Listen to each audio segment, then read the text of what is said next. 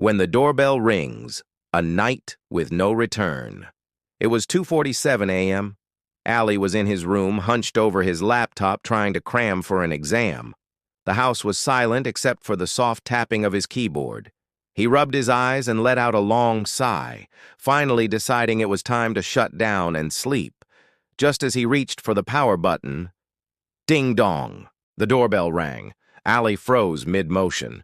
Who could possibly be visiting at this hour? He told himself it must be a mistake, a prank maybe. But then the bell rang again, longer this time, slow, deliberate. His heartbeat quickened. Slowly, cautiously, he walked to the door and peeked through the peephole. The hallway was empty. Nothing. No one. A shiver ran down his spine. He debated calling his friend Emre, but hesitated. Maybe it's nothing, he whispered to himself. Then the bell rang for the third time. This time the lights flickered, then went out completely. Allie froze his breath, catching in his throat. Darkness enveloped the room. A faint sound, like a whisper, seemed to come from behind the door. He shook his head, trying to convince himself he was imagining it. When the lights flickered back on, Allie noticed something strange through the peephole. A dark silhouette standing in the hallway. It didn't move. It just stared. Swallowing hard, he called out, "Who's there?" No answer. Allie's hands trembled as he slowly opened the door. The hallway was empty again, except for a folded piece of paper lying on the floor. His instincts screamed at him to leave it, but curiosity got the better of him. He picked it up, unfolded it, and read, "Do you remember me?" A chill ran through him. His mind raced. He didn't recognize the handwriting. Who could have left this? Panicked, he crumpled the paper and threw it in the trash. He slammed the door and leaned against it, trying to calm himself. Then his phone buzzed. A WhatsApp message from an unknown number.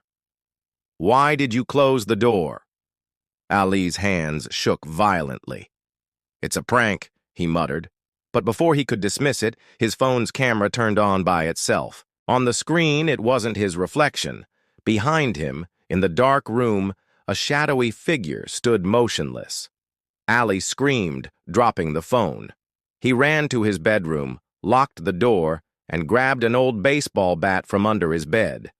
Every nerve in his body was on edge. His mind screamed, "Get out! Hide! Run!" And then a whisper from the other side of the door. "You were supposed to remember me."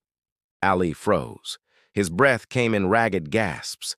The lights went out again. The house was silent except for his own heartbeat pounding in his ears. Then right next to his ear, a voice hissed, "It's too late now." A blood-curdling scream echoed through the house and abruptly stopped. Ali's phone lit up again. Another message. "Look outside."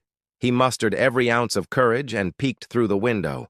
The front yard was empty. The streetlights flickered, but in the shadows he swore he saw someone standing, watching, waiting. Shaking uncontrollably, he called Emre. No answer. The phone rang, then went to voicemail. Desperate, Ali tried the front door. Locked from the inside. Impossible. The shadows in the hallway seemed to grow, stretching toward him. He backed into his room, cornered. The whispers continued, inside his mind now, repeating the same words over and over. "You should have remembered, but now you cannot escape." Hours passed like minutes. Every sound, the creak of the floorboards, the wind tapping against the windows, made him jump. His eyes darted around, searching for a way out.